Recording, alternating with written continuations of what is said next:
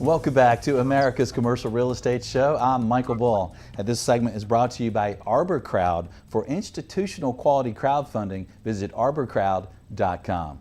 Well, today we're talking about the multifamily market. Please welcome my next guest, Kevin Keane. He's Executive VP and COO with the Bainbridge Companies, and he's joining us on Skype. Kevin, thanks for being with us. Thank you. Glad to be here. Well, Kevin, I think one of the big questions that it seems like our audience has, especially how long we've had this great time in the multifamily world, is where are we in the cycle, especially related to the multifamily industry? It's interesting. I think different submarkets are in different innings of the game. I would think that on a national basis, we're probably in the sixth or seventh inning, but I can say with some certainty that other markets, Florida, the Southeast, in particular, are not that late in the game. I think that some of the Mid-Atlantic areas, Northeastern United States, Midwest United States, may be in the latest innings of the game. But the industry tends to continue to follow the same old fundamentals: household formation, population growth, job growth, and where you see a positive trend in those dynamics, you always will have a need for more housing. Yeah, it's interesting how the demand continues to grow. So what do you think about the demand drivers? I mean, we've got the millennials are a big group. That's, I guess, your main driver. Are you also seeing some of the baby boomers come to your communities? We are. Actually, when you look at the demographic curves, the baby boomers is actually, the biggest part of the fattest part of the curve right now. And we're getting a tremendous influx of the baby boomer generation, empty nesters, folks that may have a house in another city and they want to have an apartment somewhere in the Southeast in a warmer climate.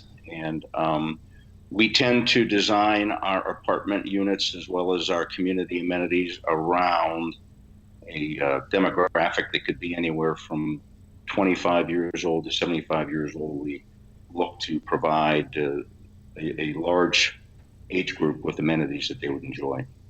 All right, so if you had community music somewhere, you'd have to have the Beatles and some rap, right? You'd have to have it all. Well, it's interesting but everyone's got their earbuds now, and right.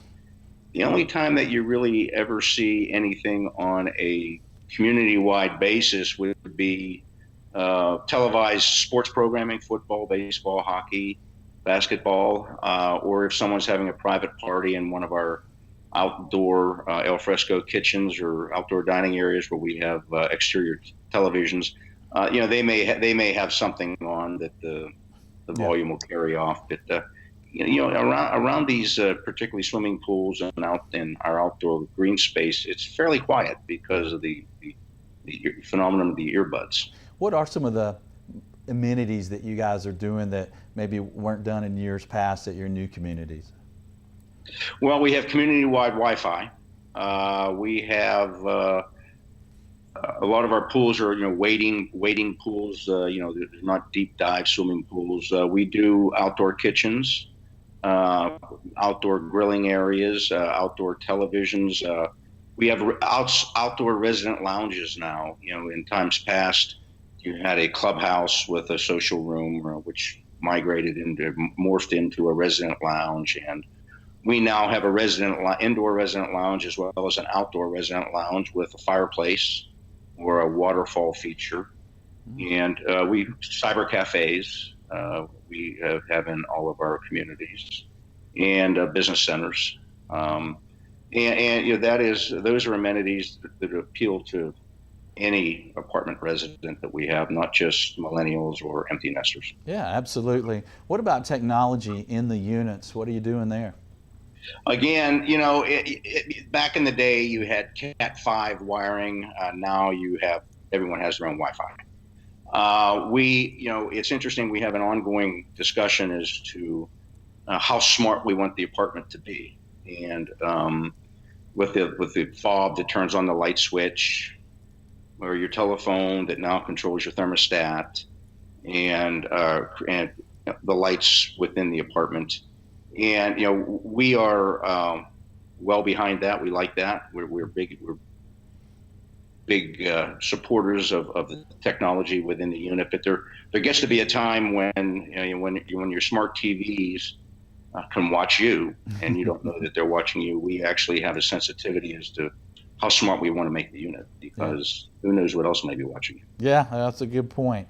So multifamily's had a great ride. I mean, we've had historic rental rate increases in most markets around the country.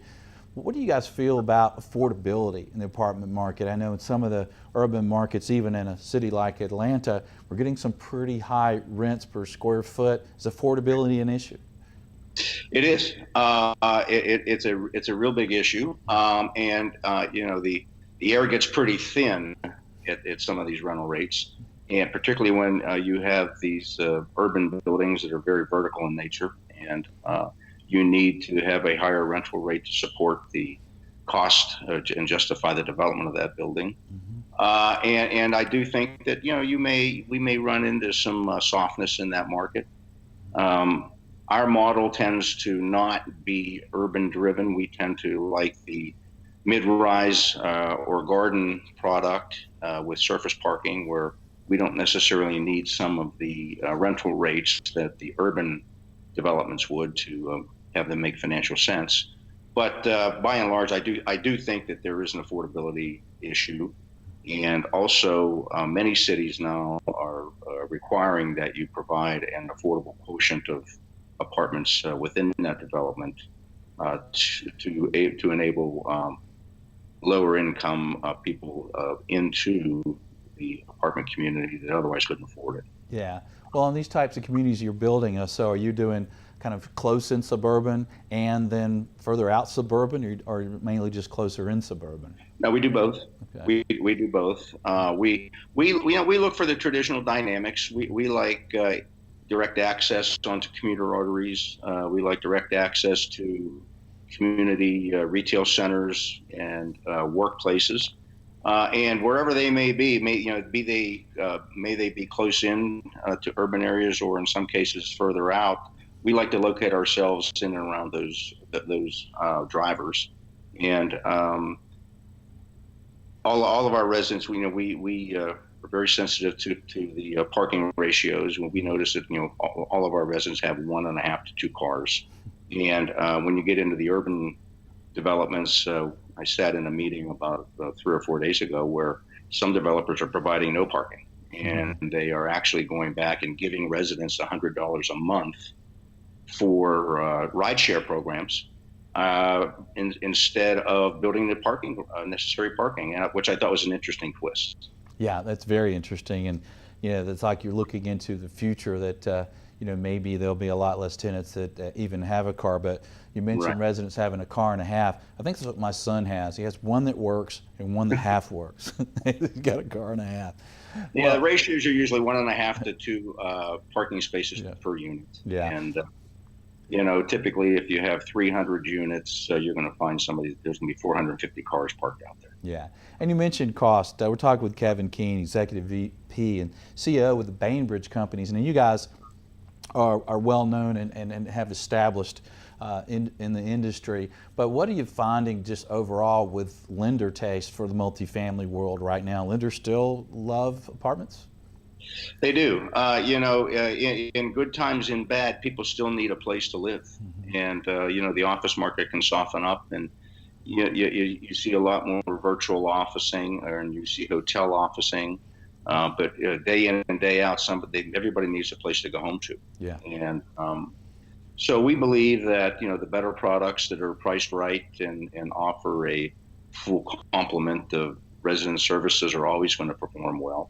And we maintain our bullishness for the next few years, at least through the end of this cycle.